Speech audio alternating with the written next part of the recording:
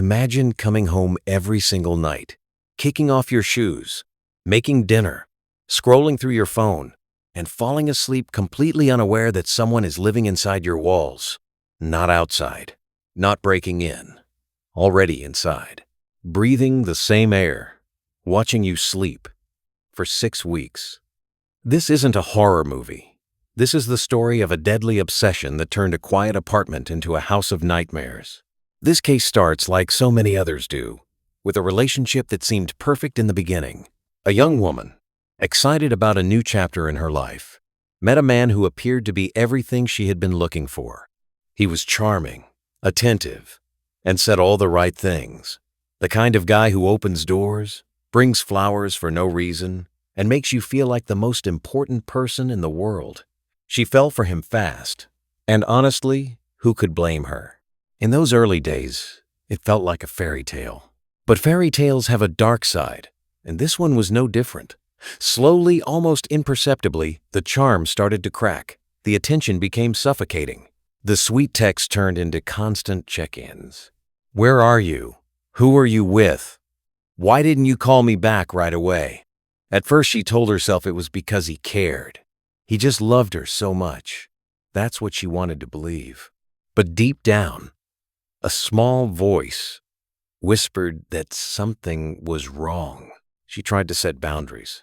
She tried to explain that she needed space. But every conversation ended the same way. Him apologizing, crying, promising to change, and then love-bombing her until she forgot why she was upset. It was a cycle, a toxic, draining cycle that left her exhausted and confused. The man she loved was slowly disappearing, replaced by someone she didn't recognize. Eventually, she found the strength to leave. It was one of the hardest decisions she ever made, but she knew it was the right one. She packed her things, moved into a new apartment across town, and started rebuilding her life. New address, new routine, new sense of freedom. She changed her number. She blocked him on every social media platform.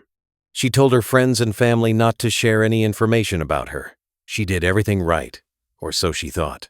What she didn't know was that he had been planning something long before she ever walked out the door. During their relationship, he had secretly made copies of her keys.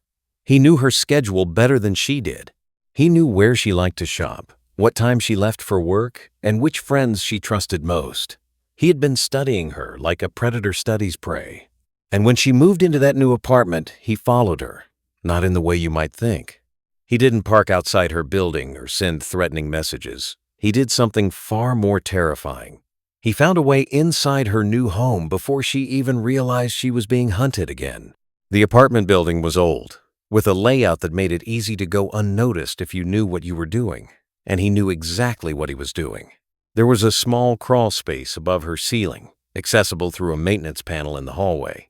It was tight, dark, and unbearably hot in the summer months, but none of that mattered to him. He carved out just enough room to lie flat, to exist in the shadows above her head. From that moment on, he was no longer her ex-boyfriend. He was a ghost living in her attic. The first few days were the most dangerous for him. He had to learn her patterns without making a single sound. When she showered, when she cooked, when she talked on the phone, he listened to every conversation. He heard her laugh with friends, cry during sad movies, and sometimes just sit in silence scrolling through her phone. He was there for all of it. The intimate moments she thought were private belonged to him now.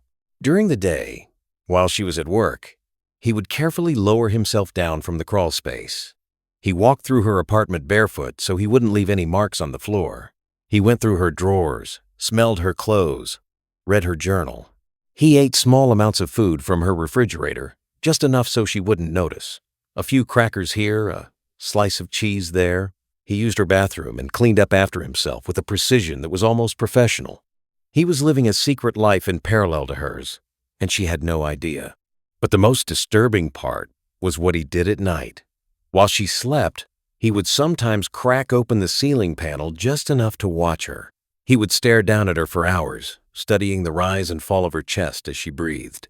He told himself this was love. He believed that if he could just be close to her, If he could prove his devotion by suffering in that hot, cramped space, she would eventually understand. She would take him back. His mind had twisted reality into something unrecognizable. Weeks passed. 4 weeks. 5 weeks. The mental and physical toll on him was growing. The lack of proper food, the extreme heat, the constant tension of being caught. But he didn't leave. He couldn't leave. His obsession had become his entire existence. He started taking bigger risks. He would move things around in her apartment just slightly. A picture frame tilted a little to the left, a chair pushed out from the table an extra inch. He wanted her to feel his presence. He wanted her to be scared, because scared people are vulnerable, and vulnerable people need protection. His protection. She started noticing things, small things at first. She would come home and feel like something was off, but she couldn't put her finger on it. She blamed it on stress. She blamed it on her imagination. But then the noises started. Scratching sounds in the ceiling. Footsteps when she was lying in bed. She called the landlord, who checked the attic and found nothing. She started sleeping with the lights on. She bought a baseball bat and kept it next to her bed. She felt like she was losing her mind, and that was exactly what he wanted. Then came the night everything changed. She had been out with friends, trying to distract herself from the growing fear that had taken over her life. She came home late, a little tipsy, and fell asleep on the couch without turning off the television. The blue glow of the screen filled the room, and in that dim light, something woke her. A sound. Not scratching this time. Breathing. Heavy breathing coming from directly above her. Her eyes snapped open. She didn't move. She didn't scream. She just lay there, every muscle in her body frozen, listening. The breathing continued. Slow, deliberate, human. In that moment, all the pieces clicked together in her mind. The missing food, the moved objects, the landlord finding nothing. Someone was in the apartment. Someone had been in the apartment for a long time. She did the only thing she could think of. She pretended to still be asleep. She kept her breathing steady, her eyes closed, praying that whoever was up there would believe she hadn't woken up. Minutes felt like hours. Eventually, the breathing faded. The ceiling creaked softly. Then silence. She waited until her heart stopped pounding in her ears. Then slowly, carefully, she reached for her phone on the coffee table. She didn't call anyone. She texted a friend. 3 words. Someone is inside. Her friend called the police immediately. Within minutes, officers arrived at the apartment building. They entered quietly, not wanting to alert the intruder. They found her on the couch, still frozen, tears streaming down her face. She pointed toward the ceiling. The officers searched the apartment first, then turned their attention to the crawl space. What they found up there still haunts the detectives who worked this case. The crawl space had been turned into a makeshift living quarters. There was a sleeping bag, bottles of water, granola bars, and a knife. On the walls of the crawl space, he had taped dozens of photos of her. Photos taken from inside the apartment. Photos of her sleeping, eating, changing her clothes. He had been documenting her every move. And in the corner, scratched into the wood, were words that made the officer's blood run cold. If I can't have you, no one will. They found him huddled in the farthest corner of the crawl space, covered in dust and sweat, his eyes wide and wild. He didn't try to run. He didn't fight. He just smiled. That smile, officers said later, was the most terrifying thing they had ever seen. It was the smile of a man who truly believed he had done nothing wrong. A man who thought 6 weeks of terror was an act of love. The investigation that followed uncovered even more disturbing details. He had installed tiny cameras in her apartment.